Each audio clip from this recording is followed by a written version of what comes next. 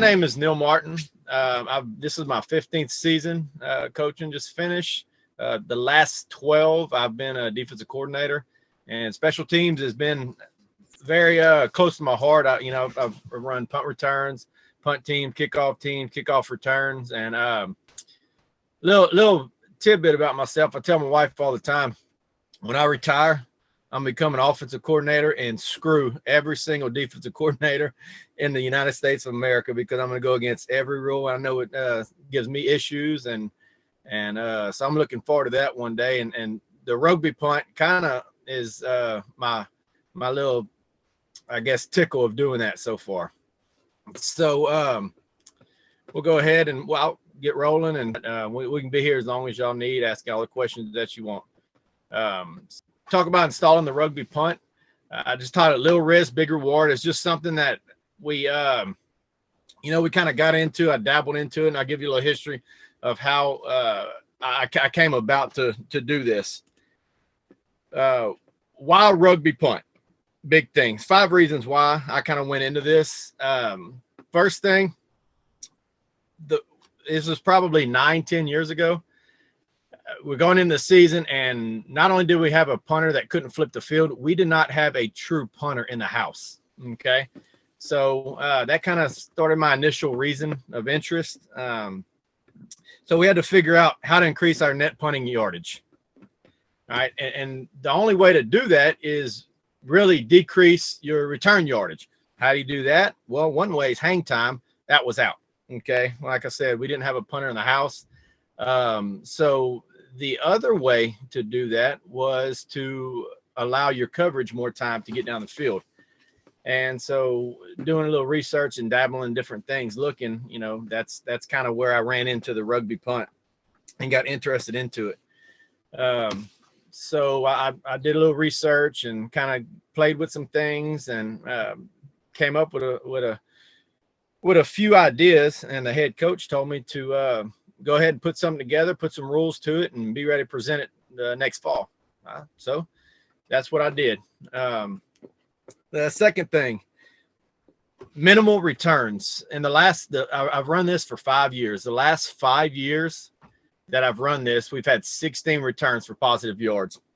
You can do the math. That's just over 3 a season. Okay. So you're probably looking, I don't know, maybe punt 4 to 5 times a game, depending on how good, bad, successful your offense is. Times 10, you're looking at 40 to 50. Times 5, 250 or so, 200, 250. And of that, we've had 16 returns for positive yards. So that's going back to the net return yardage. That's where kind of why. Okay. Why do we only have 16 returns in 5 years? First thing, we have 4 gunners that have absolutely no responsibility but to their ball guys. Okay. And we'll go into necessities and details here in a little bit. But also, we want to be an average of over 2.5 seconds from the time the ball is snapped to the time it's punted. Okay. And our punt, what we're trying to do, our location of our punt, we're looking to be from the numbers outside. Okay. From the numbers to the boundary is where we're trying to punt the ball. The 16 returns that we did have, guys, I could tell you this, were probably 14 or 15 of them were for 2 reasons. 1, lazy gunners. 2, punt location. Okay, we got to keep the ball out the middle of the field. Bad things happen when you punt the ball in the middle of the field when you're rugby punting in the style that we use. All right, the third reason why we rugby punt, minimal blocks. In those 5 years, we've had 1 punt block. Okay, now there's different theories of why, but I believe it's because the ability to rugby to either direction. Okay, we have a strength that we set it, but because everything is a check, and we'll go over that here in a little bit, we have the ability to go either way. So where are you going to come from? Also, there's built-in fakes between the tackles and outside the tackles, as well as what we call RPPOs. Okay, so you have the option to run, pass, or punt. Okay, run, pass, punt, option. And I think those three reasons combined kind of deter teams from really wanting to come get it, because you really don't know exactly where to come get it from. And it makes it difficult to really sell out and go block. So number 4, versatility. It's because we do have the built-in RPPOs. All right, it makes us very versatile, along with the ability to essentially run our entire offense out of it. All right, because we use offensive terminology. So in your fakes and in your motions and in your adjustments that you're going to use, I highly suggest whenever you're putting this in to take whatever verbiage that you use and whatever plays and checks and terminologies that you use.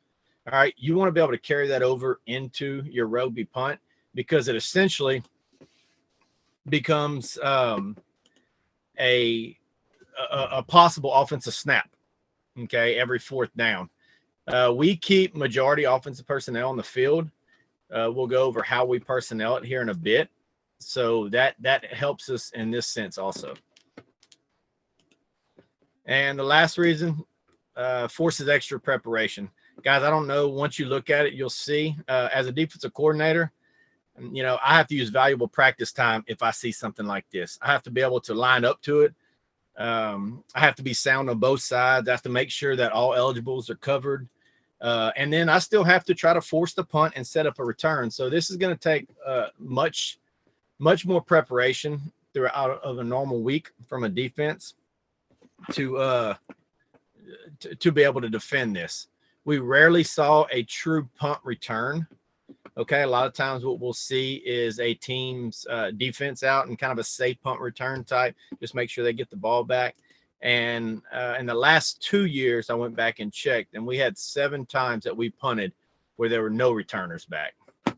Okay, so when going back to the initial reason of why we started this and why we even started to dabble in this was net punt yardage. Okay, and these things right here allow you to be able to kind of flip the field and you know, develop field position as the game goes on without having that punter that can actually do that. Does anybody have any questions so far? All right, good deal. So we're going to go on to what our base formation looks like. Okay, and this is it right here.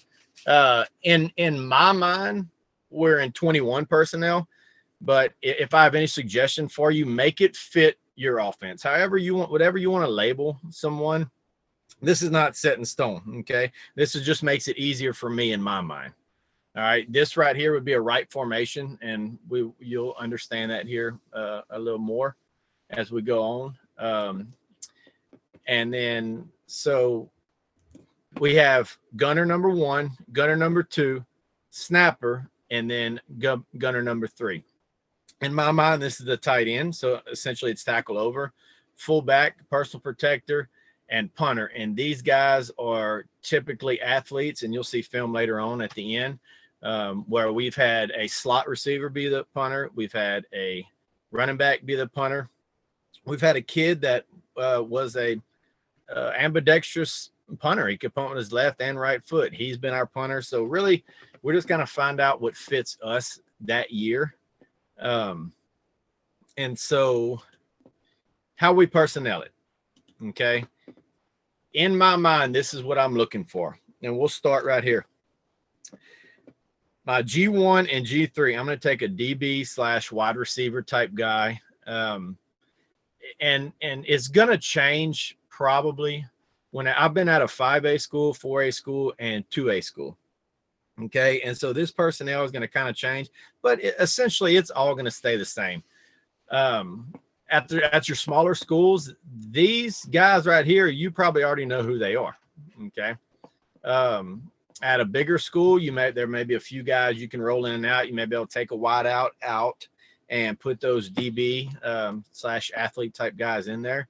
But just as a broad statement, G1 and G3 is a DB wide out type guy. G2, because we can do so much with him and you can incorporate him into your fakes however you like. could be a running back, DB, wideout, running back type guy. Okay, staying with the skill guys. This backside guard is actually tight end. If you don't play with a tight end, a fullback or H-back type guy. And then the same thing right here, I guess you consider backside slot would be your fullback, H-back type personnel.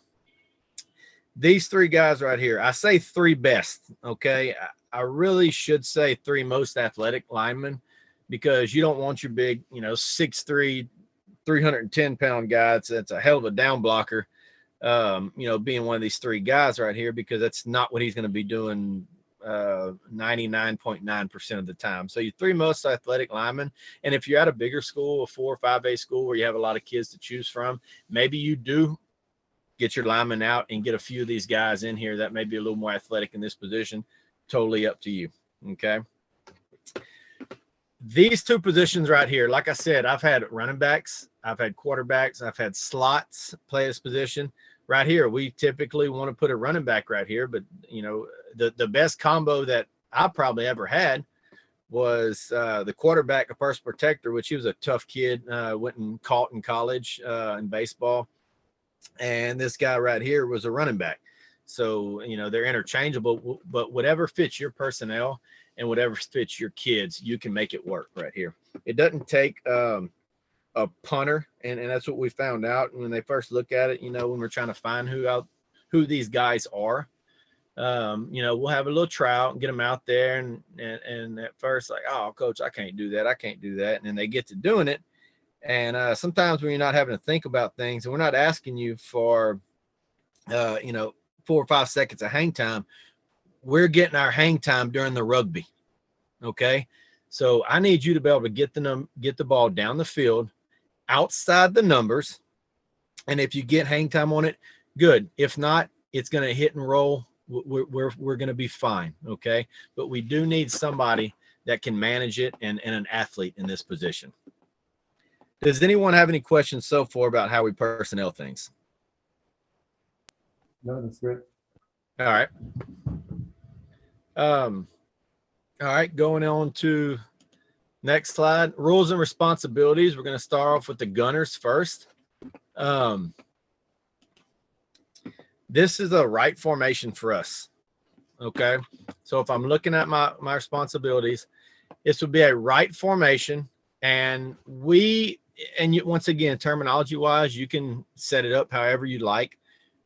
We would right and left would be our formations, and then we have adjustments after that. We're going to get into that here in a few slides.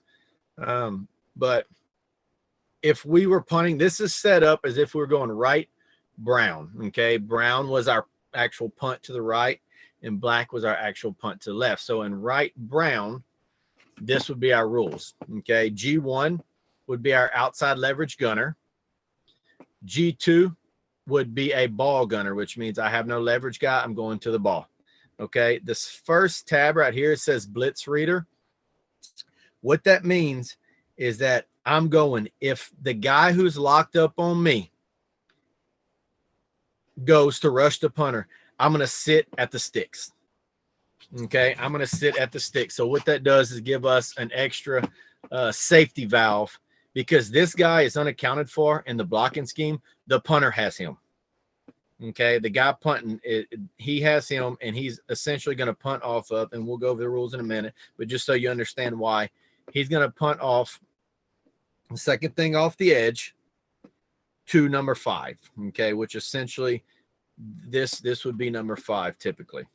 All right, so anytime if he's manned up on me, and when the ball snap, I'm going, and he goes, I'm going to sit, turn around, sit the sticks, and I'm going to be an extra safety valve built in. Okay, the snapper is a ball gunner, just as G2 is. All right, it says step to A gap presence, and what I'm talking about right there is, let's just say that it is right brown, so we're punting to the right. If I have a gap presence to the side that we're punting to, I don't have to worry about him, okay, because essentially we're going to get a down block on that guy. He's taken care of. If I have an A gap presence on the back side of the direction we're punting, okay, then I want to snap and all I'm going to do is one step, and I'm going. Okay, all I'm going to do, because his backside rule, and we'll go over that, is a scoop. I just want to make sure I'm checking him before I go to make sure I do not want quick penetration coming from this backside A gap. Okay, and our G3 on the backside is an inside leverage gunner. Okay, so I'm going to make sure I hold my inside leverage right here and goal line defender. What that means is any punt that's going to get let roll over his head or on a fair catch. Now I'm rerouting, I'm getting behind him, and I am defending the goal line. Okay, and the videos that we showed, you'll see, I want to show mistakes and what should have been done. So you'll see a punt or two that should have been down at the one, but because we were lazy on this backside, now we just screwed ourselves out of 20 yards of net average. Okay. So does anybody have a question with rules and responsibility of our gunners? And obviously, if we went right black and we were punting to the left from the weak side, then obviously they would be opposite. Okay, same guys. Okay, so right G1 is always to the call side, G2 and G1, G1 and G2 are always to the call side, G3 is away. All right, but I know I'm getting a black call, and I'll explain how they know that here shortly. Then now I'm an outside leverage, I'm an inside leverage. These two guys are still ball gunners at all times. The only time that these two guys aren't ball gunners is if we go what we call over, all right, and we can step him and motion him to over, or we can line up and over, okay? And the snapper knows that anytime we're in over, I'm not a ball gunner anymore, okay? I'm not a ball gunner anymore. I'm a leverage gunner. And he's just going to listen to it and determine what leverage he is. And you'll understand over here in a bit whenever we get to it. Anybody have any questions about gunner responsibilities? Okay, good. Hold on. We're going to talk about the front side. Okay, like I said, this would be considered a right. All right, so front side responsibilities along with personal protector responsibilities. First, we're going to call this our guard. He is responsible for number one, okay? He's going to start his count at the first down lineman attached to me, all right? So essentially it'd be an A gap or B gap defender, all right? If they don't have an A gap or B gap defender, 9 times out of 10, we're probably checking and we're running a fake right here because we have built-in fakes between the tackles, okay? But if they're not going to occupy 2 gaps, depending on the situation, with a good possibility that we're going to check to a fake. Or go heavy if it's not a fake opportunity. All right, tackle 1. This would be this guy right here. He's responsible for number 2, which is the second reachable down lineman. If there is none, then I'm going to call the linebacker number 2. Okay, so essentially if there's a 3 tech and a 9 tech, I don't have a reachable down lineman. I'm not going to cross to get this guy. We're never going to call him 2. So if they had a 3 with a 9 right here, I am never going to call this guy 2. Okay, I just don't think that's a realistic reach. So what we would do in this case is call this guy number 2 with a 3 and a 9. Does that mean I'm going block him? No, that means I have to be conscious of him. What I'm going to do is I'm going to step to the C gap to make sure he's not slanting in. If he does, I'll be able to pick him up. Okay, so I'm stepping here, making sure. But if he comes late, then I'm able to turn back and pin him to where we're not getting that vertical penetration. All right. Anybody have any questions about how we're counting 1 and 2? Okay. Our T2, which is our tackle over. Okay. Essentially the tight end, I guess you'd say. Okay. His count is determined by T1's count. Okay. So he's got the easiest job right here because he's going to count 1. He's going to count 2. After you determine who 1 and 2 is, this is very, very simple right here. So he's going to count his based on who the T1's number 2 count. The personal protector is going to be 7 yards in the B gap. Okay. 7 yards in the B gap on a punt to the right side. Okay. So let's say we're right brown, which means we're punting to the right side.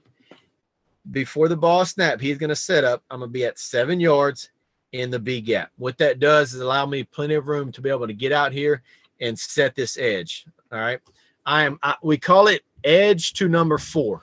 All right. Edge to number 4. Because once they get this count, all right, and this guy is going to move and he comes and he wants to play around and jump in here. We've locked in right here. We do have an adjustment that we'll talk about, but he's got to know if he comes late, then I'm going to set the edge, and then I may have to turn back to be able to get any kind of vertical penetration. Just give him time to get outside the box and get the ball outside the numbers. Does anybody have any questions about the blocking responsibilities of the front side or the personal protector? No, we're good? Okay. So, moving on. All right. One thing I want to say about these guys before we go anywhere is they number one priority is to secure the punt. Okay, that's all we're looking for. They're going to cover, I tell them, cover on the echo of the punt. And then as they get good at it, if they've been in it for a couple of years, or as the season goes on, they'll know if the guy's trying to force the punt or if it's just a mass type protection. And if that's the case, and we'll know we're going to reach 1, 2. If he's giving ground with me, I'm going to go ahead and release right now. Okay. If it's punt and there's no fake on, I'm going to go ahead and release. And they get real good at doing that as time goes on, and they've been in it for a while. All right. Backside. Okay. I'm sorry, excuse me. Before we move on, I just want to show you a few different looks. Here's some examples of how we would block other fronts. This is one that we see a lot. It's a shade, almost an underfront, a shade 5 or 6, and then a wide 9. And this is how we determine. Obviously, A or B gap. He's number 1. Guard's going to take him right now. Okay. T1. All right. If he's a 6 tech, I have full faith in this guy getting him. Okay. Now, can that change sometime year to year? Yes, but 9 times out of 10, he should be able to get him in a 6, and for damn sure if he's in a 5 tech. Okay. But if for some reason he's not, or if we see on film or out of the first punt or two that he's lined up in a 6 and he is slanting across to a 9, then we may call him 2 and just treat him as the same scenario that we talked about a while ago, a 3, and treat him as a 9 to where we're going to call him number 2. Okay, so if he calls him number 2, obviously he would be number 3. Personal protector is going to make sure we pin him, and he would be responsible for edge 4. Okay, but typically with this right here, 3, 6 with a wide 9, 3, 5 with a wide 9, we're going to go ahead and call him number 2. Get out here. If he does decide to run out, we're going to teach him. We're just going to run him. Okay. We're not going to sit there and fight and give ground and cut our punter off to where we have an opportunity to get it blocked. If he's going to take off wide, just run him. The punter's going to come, step up, and he's going to step inside of that, and we're going to get the ball outside the numbers. We'll be fine. Once again, we have 4 guys going down the field that have 0 responsibility other than getting to the football. Okay. Another look. This is the under look I'm talking about. We'll see this. We see this probably more than anything. Where this 4 is, backer here or backer here, but shade 5, shade 5-9, shade 3-6, something like that. We'll see this a lot. A lot of times the backer's here, but they will walk him down sometimes. That's fine. I'm declared 1, 2, 3. Personal protector's got him. If we feel this guy is outside of T2 or is slanting across his face, then we can always make a heavy call, which is going to bring him, and he's going to help set this edge. And we'll go over that here in a bit. All right, so let's talk about the backside. The tight end, A-gap scoop. Once again, if I have an A-gap threat, the punter will snap. If it's backside of the punt direction, he is going to chip and then go. Okay, so he will have a little help there, but he's an A gap scoop. Backside fullback is a B gap scoop. I am not going to step out to block anyone. I may step and him come wide, chip him, because my second responsibility is I am contained away from the punt. Okay, I'm going to contain away from the punt on an ordinary traditional right, brown, or left, black punt. Okay, does that make sense to everyone? We all good with that? Okay, good. The punter. Our punter is going to be 10 yards deep. Sometimes we've had them at 12, depending on the snapper and the punter for that means. He is going to RPPO, run, pass, or punt is going to be determined by field position, down and distance, situation in the game, and the numbers, okay? And this +2, you'll understand that more here in a little bit. But we give them a certain, and it changes from year to year depending on how good we are at it and how good our punter is and how athletic our punter is. So we'll give them a, field position. When can we tuck it and go? A lot of times we'll give them a green light from the sideline, which means we're going to punt. Okay. But if we have it, then let's go ahead and take it. Okay. And that's gonna come from us 9 times out of 10. Every once in a while, we will have that punter that we can give him a green light anytime we, cross the 40 and it's inside of 5 yards or whatever our rule is that year. Then he does have the ability to do that, but that's rarely. You got to have a guy that you can really trust back there to do that.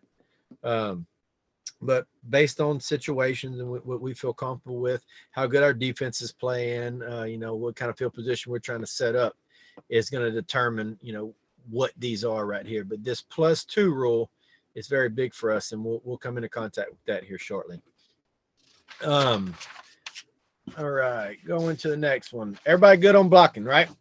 Responsibilities, all that. All right, so let's look at it.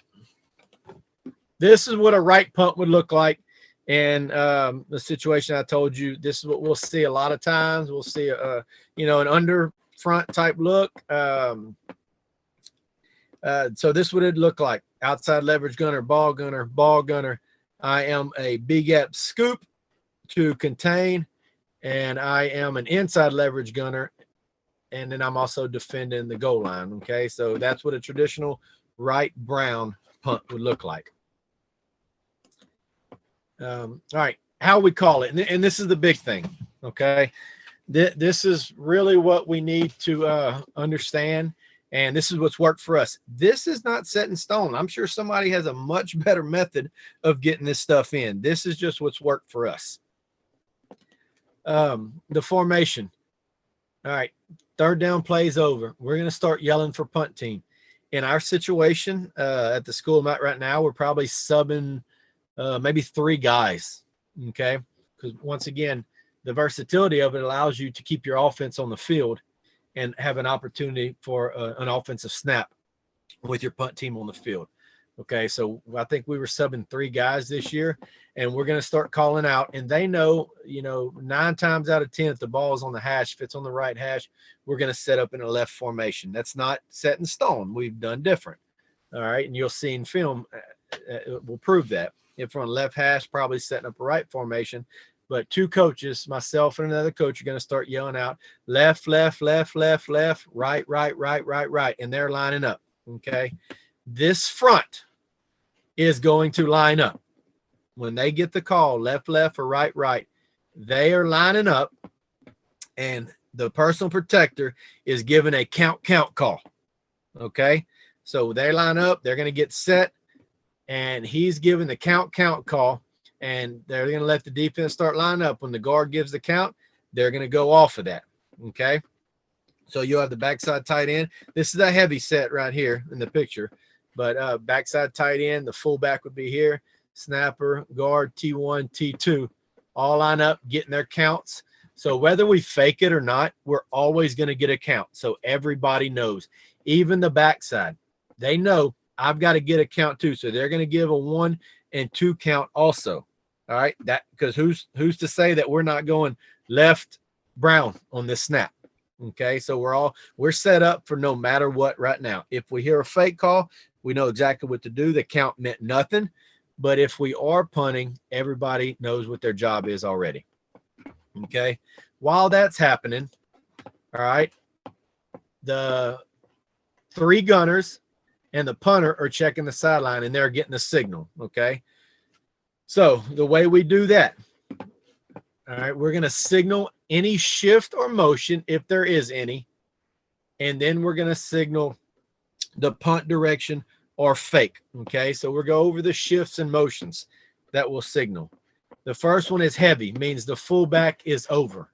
Okay, and I'll show you an example of that.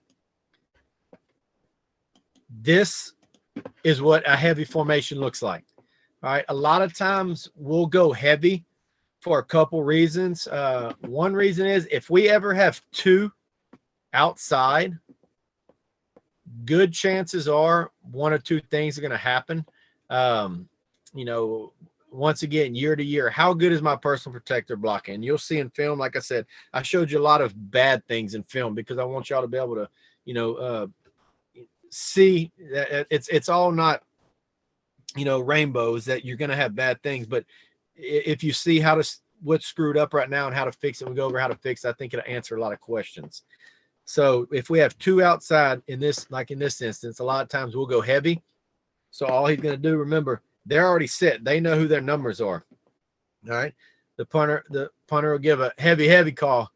Fullback's going to motion over, and he knows now that I'm going to go ahead and take number 4 right now, because what I don't want is a possibility of 2 guys coming free. Okay, so now we can get 1, 2. I've got 3. We're going to go ahead and lock 4 down right now. Punter is going to take anybody that may come off of a gunner or something that leaks from the inside, so we can make sure that we get this guy off. All right, and once again, because we have 4 gunners, we just want to make sure the punt location is good. Get it outside the numbers, keep it out the middle of the field. This scenario right here is bad. We do not want the ball punted down the hash. All right, does it happen sometimes? Absolutely. Is that what we're looking for? Not at all. Okay, does anyone have a question about heavy? All right, and we can line up in heavy by game plan that week to set up some type of fake. Okay, or we can go ahead and just motion to it based off of a check from the sideline. All right, so we got heavy, and then we got fast. Okay, what fast is, I'm going to bring the G2 over, all right, away from the formation. All right, and this is an example of fast. Once again, I can motion him, or we can line up in fast. All right, why would we do that? A couple reasons. They're setting their returner to the field right here. All right, we go ahead and line up. What's he going to do? Is he going to stay in the middle? Is he going to come over? Is he going to stay on what he considers the strong side? Depends on how well he's coached up that week. Okay, that's one reason we may do it. They may overload the strong side. All right, and we look at it, and we go, let's just go ahead and in this instance, we call fast black. He'd send him in motion, get set, boom, we snap the ball, and so we're off right here. Okay, so there's a lot of reasons. We just want to have, you know, how often do we use all of these? It varies. Some of them we use a lot. Some of the motions and adjustments we don't use a whole bunch, but if we need it, we have that bullet in our gun. Okay, so that's fast. We just bring the G2 over, whether it be by alignment or motion. All right, the next one would be mitt. Okay, would be mitt. And what mitt is I'm going to motion in tight. G2 will motion in tight. Okay, and there's a lot of reasons we do mitt. We run mitt off of you know, a flood type concept. We'll do mitt off of option. We'll crack and run the option. We run mitt off of green, which ends up like a load type concept. Okay, so once again, mitt motion in tight. He'll get the call. It may be, let's say, mitt green. He knows if we're running mitt green, he's motioning tight, and I'm cracking the second threat off the edge. Okay, if there's 2 off on the outside, I'm cracking the second threat. If not, then I'm going to make sure I'm going to secure this edge to this backer and make sure we get that, and the personal protector load up on anything that leaks off of him. But a lot of times, because they are in a man concept in this punt, this defensive back is going to follow him all the way in right here. And then we're going to get this crack, and we're going to get this pin, and it sets the punter. He's off to the races. Okay. So that's the reason we do mitt. Like I said, we'd also use it for a flood type concept. We'll bring them in here.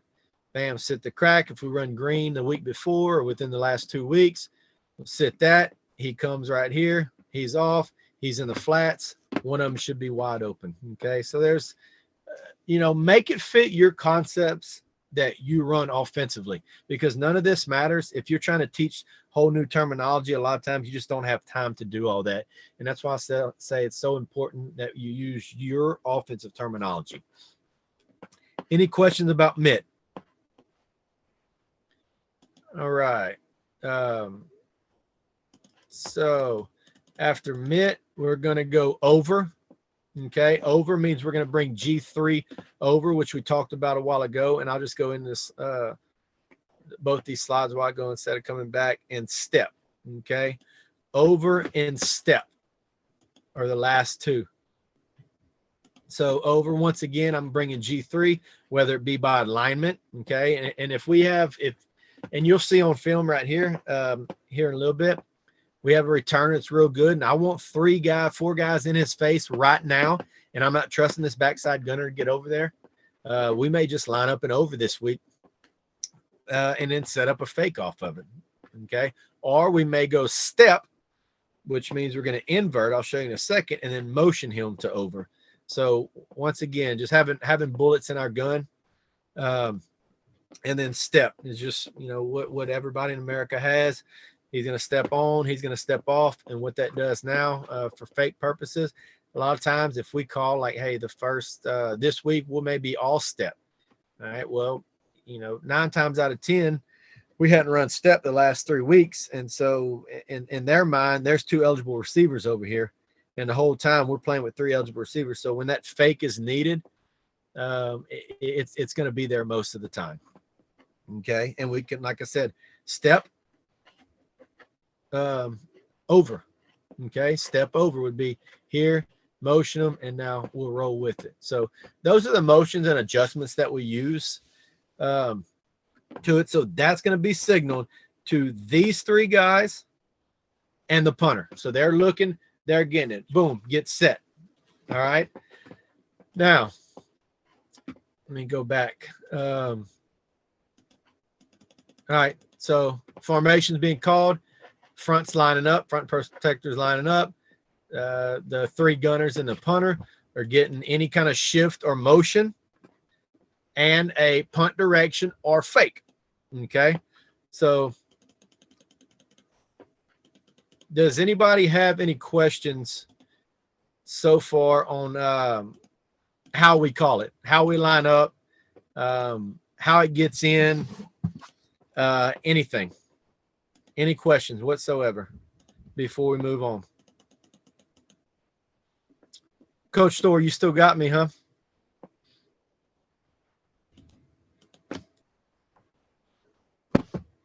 All right. If somebody could unmute themselves and make sure we're still good. Yeah, Coach, I got you. I'm catching a rabbit. Yep. Nice. Yeah. Nice. So yeah, I'm just making sure we're still good. All right. So that's how we do. I mean, that's essentially without putting the fakes in. That's our rugby punt. Okay. So we have our formations, our shifts and motions, how we line up, what kind of personnel we're looking for, what their responsibilities are. And we're going to start doing this early on in the summer. And that way we just line up. And once again, anybody that plays fullback or whatever you designate that position to, all right, if somebody's hurt, we get another guy in. Whoever plays tight end, backup tight end, there's your replacement. Okay. If you're at a smaller school, the linemen, I mean, all the linemen should know how to play that guard T1, T2 position. If you have bigger school and you have the ability to rotate in, then, you have your backup guys that you feel that'll give you the best opportunity to get the job done right there. Okay. So that's our rugby punt and how we do it. Now we do have a tight, okay, and how we do that, we make it very, very simple, right? And the reason is it is so simple is first of all, we're not going to use it a whole bunch. Now, when we're in a position where I don't feel comfortable rugbying, it's not a good fake position, and I feel like they're coming, then we will, okay? And when we tight punt, all right, everybody is blocking inside gap, okay? So what it is, T2, T1, and guard obviously are going to line up to the call side. All right, so if it's on the left hash, 9 times out of 10, we're going to start yelling right, right, right, right, right, and then we're giving the signal tight, tight, tight. All right, the tight end fullback on the back side, as if they always are they going to walk up? Fullback's going to walk up. G3 is coming in, so we have this side set. All right, GT's coming over. G2 is coming over. G1 is coming that side. So the whole front, what we're doing is blocking down. All right, G1 and G2, I'm taking first thing off the edge. Obviously, personal protector is going to take anything that leaks. All right, the punter is one step directional kicking out of bounds. All right, that's why we don't put a whole bunch of emphasis in it. But we do have to have responsibilities, and we'll go over that here in a minute. So everybody's blocking down G2 and G1. I'm taking first thing off the edge, just your traditional tight punt. I'm catching anything that leaks. I want a directional punt, one step, get it out of bounds. Okay, let's play defense, give ourselves a position, give ourselves a situation to put us in a good position, and a block punt or safety is not going to do that. Okay, so rules to that. And if you realize, I told you we'd be kicking it out of bounds, typically to the short side. So who does that put in our coverage side? It puts our athletes in our coverage side at all times. Okay, 9 times out of 10. We do not want to punt across the field and try to get out of bounds. I just don't, because these guys don't do this as much. All right, I'm not going to put that on their shoulders. But for lane responsibilities, which remember, the ball should be punted out of bounds. Okay, there should not need any coverage. But you also have to have these rules in place for safety valves, because it's not important until it's important, if you know what I mean. So starting from this back side, obviously G2 and G1. We'll start in the back right here. Okay, G2 and G1 are going to take first thing off the edge like we talked about. G1 is going to trail the middle of the field. All right, G2 is going to trail the outside, which I'm going to trail the numbers. Okay, G2, so I'm going to protect, and I am the trail. I'm the linebacker. First protector is going to protect anything that leaks, and I'm going to trail the hash. G1 is going to protect first thing off the edge. I'm going to trail the middle of the field. All right, G3. All right, I'm not letting anything outside of me. If it does so happen to get punted, not out of bounds, I'm not letting anything outside of me. I do not want to rely on this guy to make the tackle. All right. Fullback, I'm going to run the numbers. Tight end, I'm between the hash and the numbers. Snapper, I'm snapping, and I'm going straight to the football. Guard on the backside, I'm going to snap, and I'm running the hash. T1, I'm snap, and I'm punt side goalpost. T2 is the backside goalpost. So that's essentially their landmarks, and what their responsibility is in tight punt. Does anyone have any questions about how we line this up or the responsibilities? Very simple right here. We keep it simple. We don't want the kids thinking. We'd rather them just react. Everybody good? Awesome. All right. Before we get in any film, does anyone have any questions they may want to ask? Anything about how we call it, how we get personnel in, rules I may not have gone over, situation you may see that I haven't talked about? That's good. Good deal. Good deal. Okay. All right, film. I am going, and I put 21 clips right here. Okay. I chose these clips mainly ones that show mistakes. That way, like I talked about earlier, we can talk about some things that you may run into while running this, or things that validate why we do some of the things that we do. And so when you leave, this presentation and we are done with the clips, either you have answered questions that you may have had, or you may develop some that we need to go over. Okay, so that's kind of how we did this. We'll pull up my huddle right here. All right, so first clip. Okay, this is a left formation. It looks like we're going left black. All right, which means we're going to punt to the left side. So you'll see right here, he lines up and A-gap defender moves. You saw the little thing, out, out. If my number one, because that's where we start our count, if number one goes and moves on us, he's going to make an out, out call. That means I'm going to block. I'm going to reach the next outside gap. Okay, and you'll see this happen right here. All they did, if rewind it, you see his head move, and we made an out, out call. His eyes go to him. So now all they know, it becomes pretty much a zone block to that side.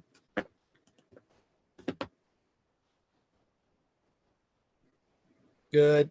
Hang time. I know you look at it and go, God almighty, coach, that's a horrible punt. You know what our net was on that? And that was a bad one. All right, 34-yard net. I'll take it all day. Okay, I will take a 34-yard net average for a game all day long. So that's one. This right here. Remember, I told you sometimes we would set it into the short side and go into the short side. So right now we have a left punt, and I think this is going to be a black.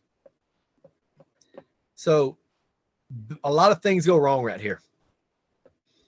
All right, what you never want to see is this right here. I have a gunner engaged with his hands on someone else.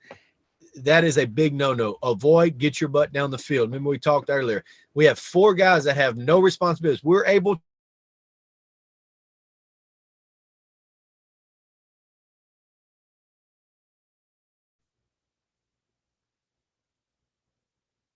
I think to engage right now. That cannot happen. Okay.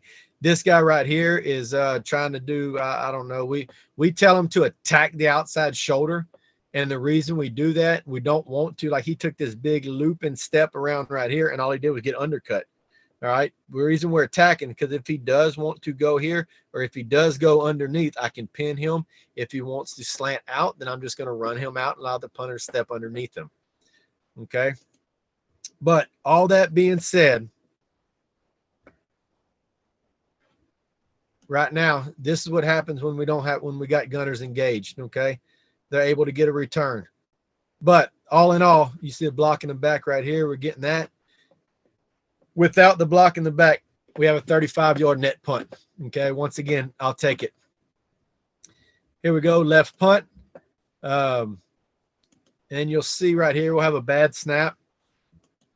Anytime we have a bad snap or a back shoulder snap, okay, which means the opposite side, what we're looking for, that snap to be either on the punt side shoulder pad to an arm length out. When we practice, we're always going to hold an arm out, and the punters are going to try to hit the hand. Okay, so we want to hold arm length to the punt side is really where we're trying to snap it, kind of a directional snap. All right, so but we tell the punters, if it is a bad snap or a back shoulder snap, okay, we have 4 gunners. Do not risk getting the punt blocked.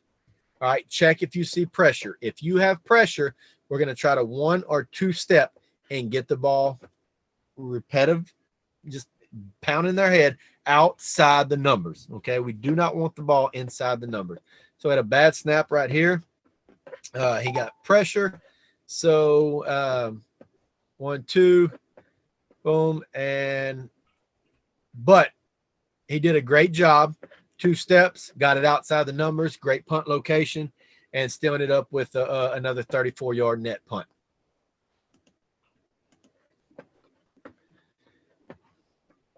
All right, this clip right here. All right, this is Karen Crow, and this week they went with they had 2 returners. I'm just telling you right now, anytime we have two returners, we're looking to fake it. Okay. Obviously, I'm not sure what the situation is in the game right here. But we got two things that tell us we are faking this, and that is two returners, and we're +2 right here. And I'm going to go ahead and explain what +2 is. All of our fakes, okay, all of our fakes are going to incorporate, run fakes, are going to incorporate a ball carrier and a pitch man, okay, or a puller, and it could be to either side, a puller, sealer, insert guy with a back. So we're getting two right there.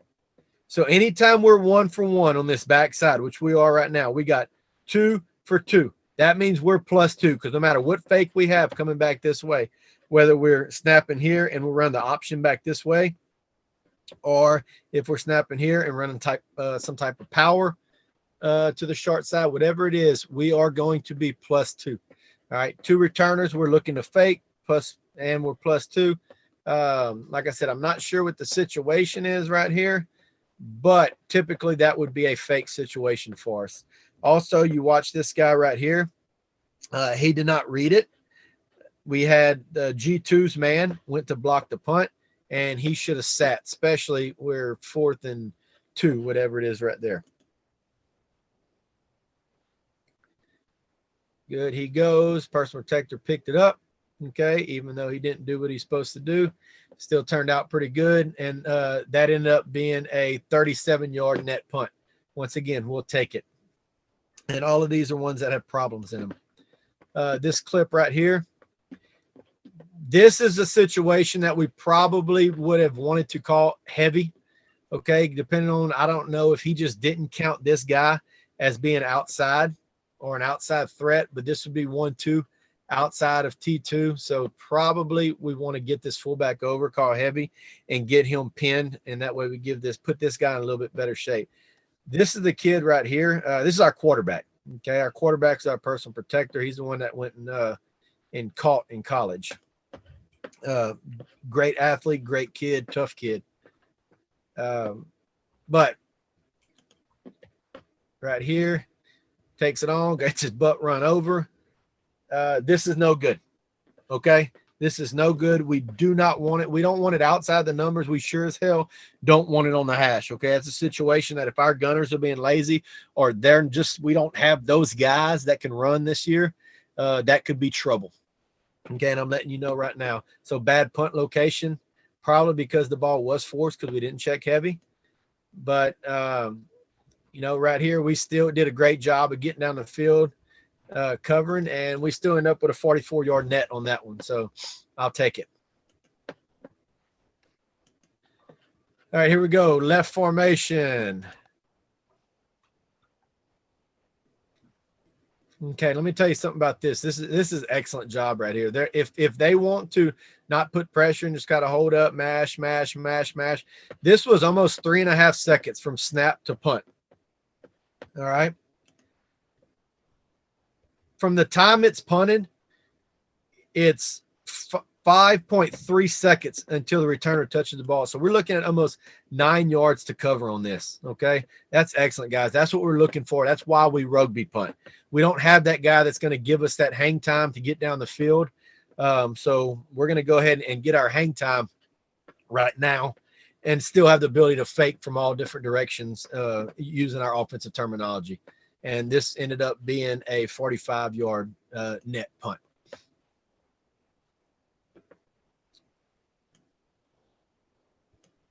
All right, this punt right here is left, going into the boundary again, left-footed punter. Guys, that's too close to the middle of the field. That's way too far outside inside the numbers. Bad things could happen, but our guys end up getting there. This kid was a soccer player. He's our slot receiver, soccer player, so he can do some pretty tricky things with the football. That helped out a lot. Okay, here is a left formation right here. Punter's too deep, first of all. We're going to motion to heavy. All right, this guy right here is a backup fullback. Our fullback got injured like a couple plays before that, so he had to come in. And obviously, I didn't do a good job of preparing him to enter the football game because this is a terrible job. Right? That's not why we brought you over to do that. I've got to attack the outside shoulder. I'm not sitting catching anything. Attack the outside shoulder, give the punter the edge so he can do his job. All right. But we're able to give him enough time. Great punt location. Ends up being a 40-yard punt on that one. All right. Very good. Right here. First of all, he's not trying to get his face to his shoulder. He ducked his head and took that. We all know, we all coach football. We preach that this is horrible in any form of fashion. Okay. So we definitely want to discourage this type of blocking, and we want to get our face on the outside shoulder. Also, our punter, and we didn't go over this, but there's not enough urgency in his first few steps. I want to get out and give myself a little depth to read. Okay, so my first few steps, I need to get out of there. First 2 or 3 steps, I need to be hard, almost flat, if not giving myself a little depth to turn. And especially if I'm a right-footed punter and I'm going to my left side, I need to give myself a little bit more because I'm going to have to get my shoulders turned a little more. Okay, but I've got to read, especially if it's a green situation or like right now, 4th and 10, it's a little long. Okay, but once we cross the 50, there's a good possibility that with the shorter 4th down opportunity, that if we get this pin, we're probably going to take it. All right. So this was not very good. And I told you a while ago why it's so important. The G3 feels like it's not a big deal, but you see him choking down right here. Just like we talked about earlier, where should this guy be going? I have no leverage anymore. There is not a returner back. There is no reason to ever run to where I'm going to try to field the punt. I don't know what he's trying to do. Get your butt to the goal line and protect the goal line.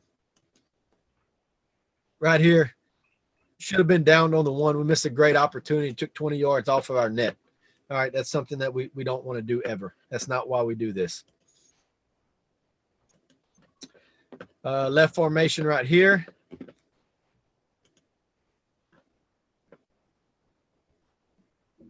This is a great example of, once again, we can flip the field without having a punter that can flip the field. This punt hits 32 yards from the line of scrimmage. All right. Ends up being a 63-yard net punt. Great thing about the rugby punt. That's the beauty of the rugby punt right here. Next clip. We're lined up and over.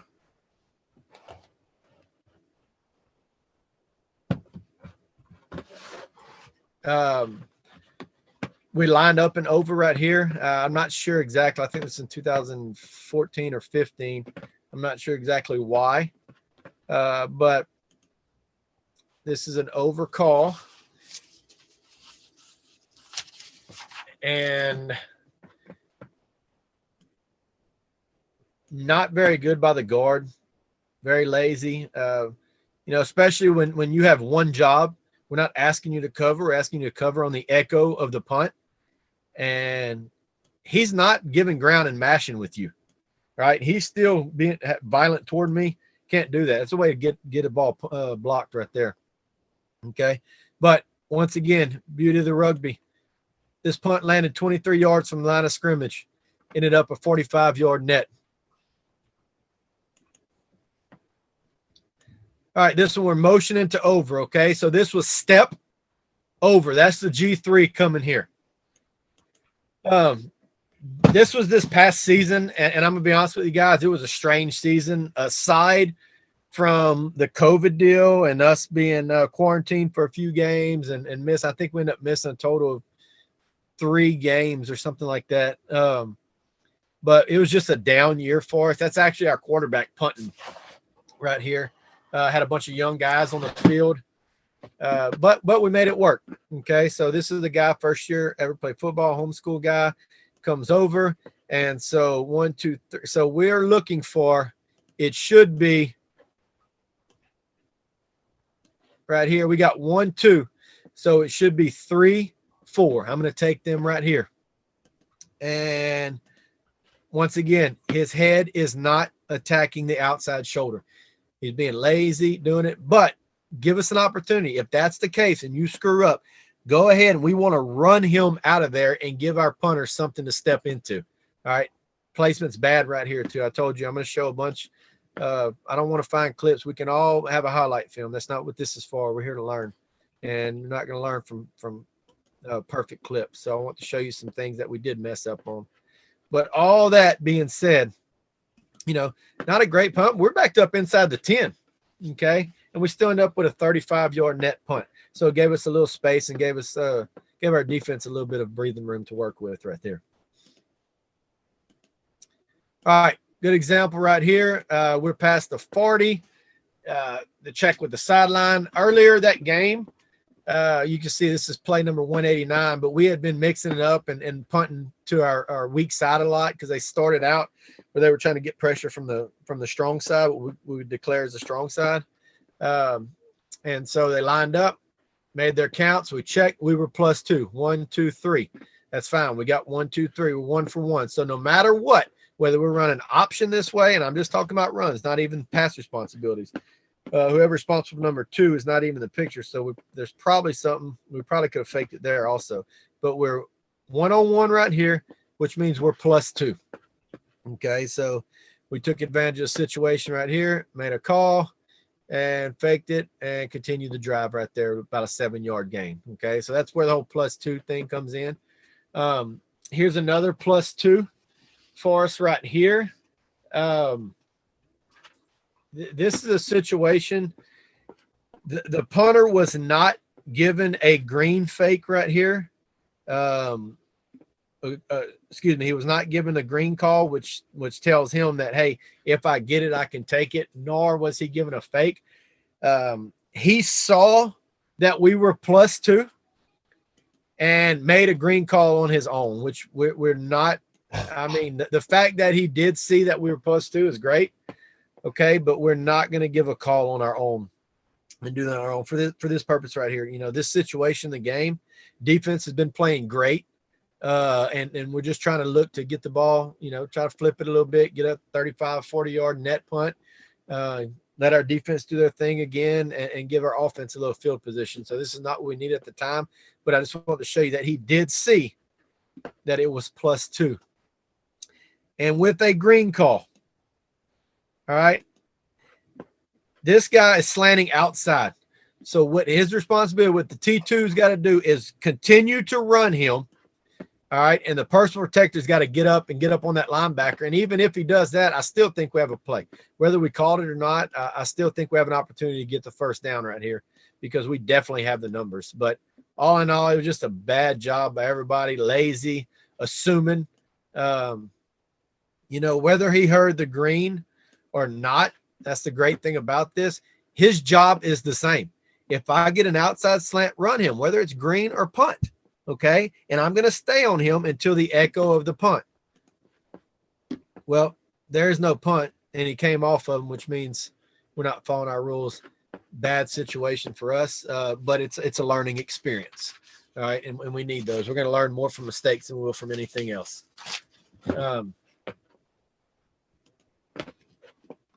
All right, next clip right here. This is a back shoulder snap. Okay, you can see right here. So if he gets any pressure with a back shoulder snap, we're already behind. Okay, we didn't get ourselves an opportunity to get the edge.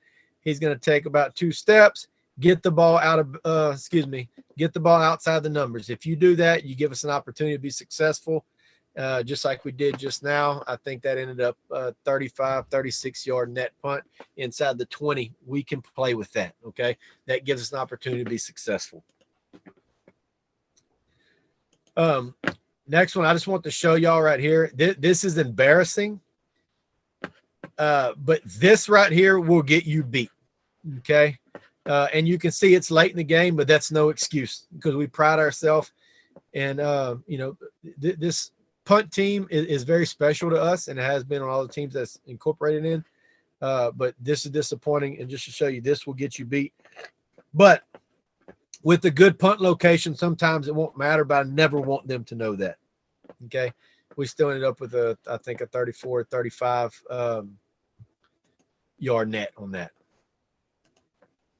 All right. This probably would have been faked. Okay, but I think we're up 2 scores right here, maybe 3 scores. So it was not, but we definitely had the numbers right here. This was a +2 to the strong side. We have a shade and what looks like a 9 or a 6 with a backer. So I would consider us +2 right here. I don't think this guy's in position to stop us on any fake that we may do. I mean, and I could have been wrong, but we did not fake it right here. Buy us time, get the ball outside the numbers, and get a good roll. Great job right there. Great location on the punt, and that ended up being a 41-yard net for us. Guys, stop me whenever. We just got a few more clips left. I just want to show y'all some situations that you may run into and, show you some mistakes and how to adjust it or what we would do to it. All right, a lot of things wrong on this one. A whole lot of things. Mitt Green was called on this, which means we should, first of all, this split is bad. This is a backup that we threw in. This was I was at a 5A school at this point.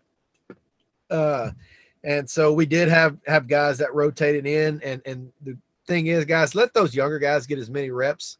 And I obviously didn't do a good job of that because, sometimes those guys go in assuming that they're not going to go in a whole bunch. I actually think we usually have a starter, and then we have a second team guy, and then we have a spell guy. Okay. Well, I think we're down to the spell guy this week. We call Mitt Green. Would have worked out excellent. Okay. I had a lot of confidence in this call right here. He goes and lines up in Mitt. Okay. Which is totally defeats the purpose of anything. And then we're not going to get the crack that we needed out of that. If we do get that crack and the personal protector comes around with this athlete right here, I think it's possibly touchdown. Okay. Backside blocks out. He does not B-gap scoop to wall. So we just had a lot of things go wrong. So Mitt Green is the call. No crack. Okay. So if you see right here, if we get this crack right here and we can get this personal protector on this guy, we may possibly score. But didn't happen. And the punter felt pressure from the backside. And once again, great thing about rugby, it's built in. I got a back shoulder snap. Okay. So wrong, didn't get the crack and a back shoulder snap. He probably knows it's going to have to be pretty much wide ass open for me to run. If not, it's okay. I still have 3 gunners going down the field. The snapper should be going. G3 and G1 are still going. Green means absolutely nothing to them. He did realize that, made a great decision, got the ball off. Look at there.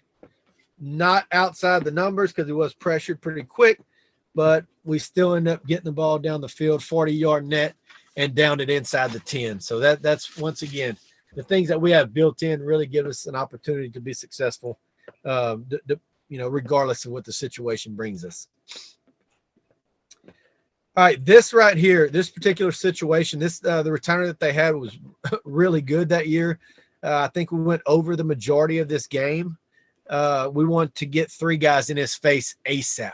Okay, these guys ended up winning the state championship this year, and I think they scored 70-something points in the dome, and they had numerous special teams touchdowns. So we go over right here. Great job by the punter. As you'll see, this guy was one of our running backs, a slot and a running back, and this is our quarterback. Great job of pushing those first few steps and getting out and reading. And now he knows I have a lot of time. Okay, so I can get out there far, push the time limit, get the ball down the field. 3 guys in their face, pays off. This was huge in this game. They ended up coming tied ball game. They scored on a scoop and score to beat us with, I think, a minute and a half left in the game. Okay, like I said, that was a damn good football team that year. But Rugby Punt gave us opportunity to stay in it right here. All right, 2 more clips right here. We motion over. And I put this on here because I want to show you this is not something that we do a whole lot, nor do I like doing. But we're kind of setting something up for later in the game. And what I want you to know is that anytime you motion to over, and you run away from the over, you've got to get the ball out of bounds. Okay. You've got to get it out of bounds. We have lost that punt side gunner. All right. So it's very risky. Not something I make a habit of doing, but every once in a while we will throw it in. But he also has to know it's right over black. So I've got to scoop the inside gap. I cannot allow this guy to run through here. And I want to show you that because that's not a good job at all. And it almost was a really, really bad situation, but it paid off for us. Ended up getting it down. I think it was only a 31-yard net, but still it got inside the 20. And, we could play defense from that position. All right, last one right here. We were +2. Okay. The fake was called wrong. Okay. The fake was supposed to be called to the strong side right here because this is where we're 1, 2, 3. All right.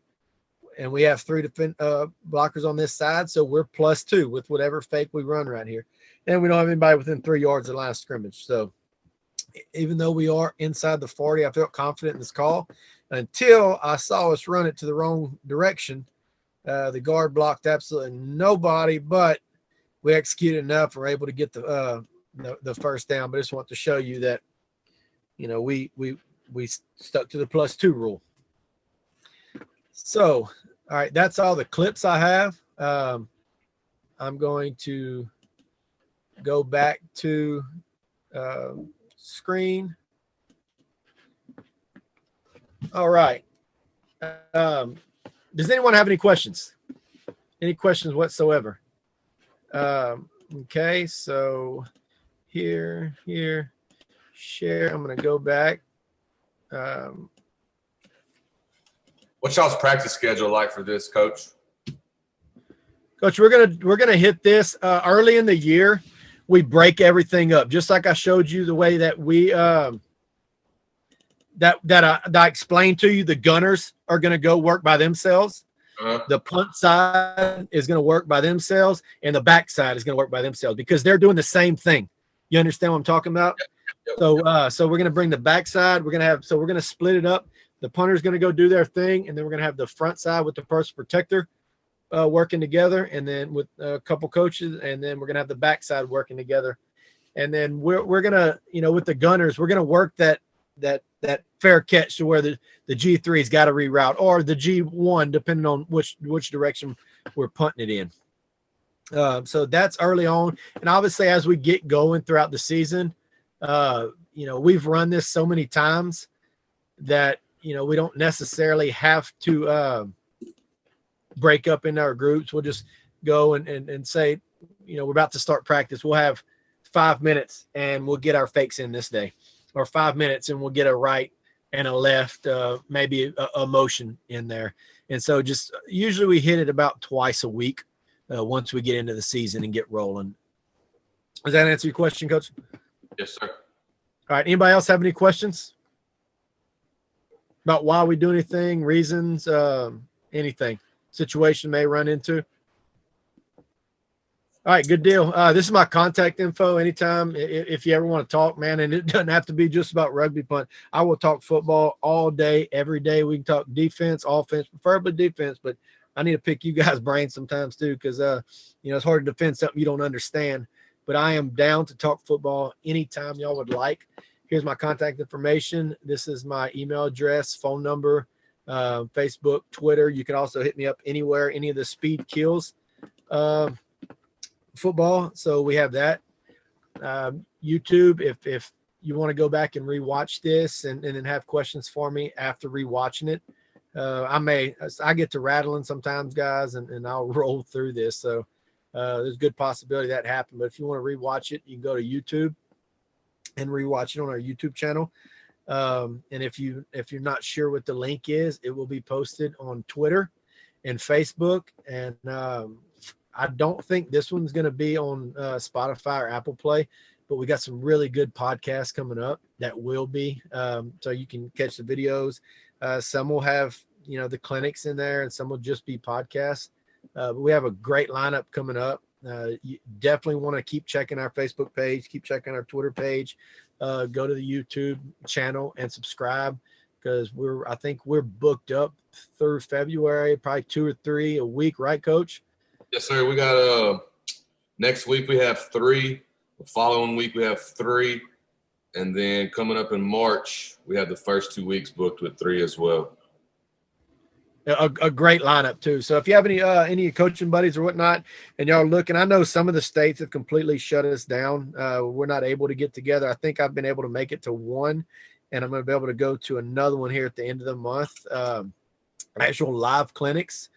But that's kind of why all this got started, where we just want to talk some football, guys. That's it. And so we're glad to be able to get the lineup that we have, and great groups of coaches. I can cover the lineup for this month, Coach, real quick. Go ahead. Next Sunday, we have JC Arsenault, head coach at Church Point. He's got Buck Sweep from under center in the gun. Then he's going to talk about how they built in some RPOs with that. They're under center, wing T base, but they do a lot of gun stuff, especially later in the season. Brent Endez will be on the podcast on Monday. He was the head coach at multiple schools in Louisiana. Won state once, lost in the state championship, I think 3 times. Toriano Wells is going to be on Wednesday on the podcast talking about player and community buy-in. Then on the 28th, we have Kenny Simpson talking about his belly series from the gun, and Lou Johnston talking about being unconventional in the conventional wing T. And then March 7th, we have a Q&A with Coach Valdez from St. James, state champion. Coach Gabe Furtado will be joining us. We just got hired on at Louisville. And OC at Ash, Coach McLaughlin, Coach. So that's kind of what we got coming up in a nutshell. Good deal. Guys, I appreciate you joining us. I had a great time. Like I said, I could talk special teams. We can talk offense, defense. If you ever need anything, hit me up. You have my contact now. And, it's kind of spread the word. And if you guys are looking for some online clinics and virtual clinics, podcasts, whatnot, just hit us up at Speed Kills Football. I appreciate it, guys. Y'all stay warm. Have a good one. Later, Coach.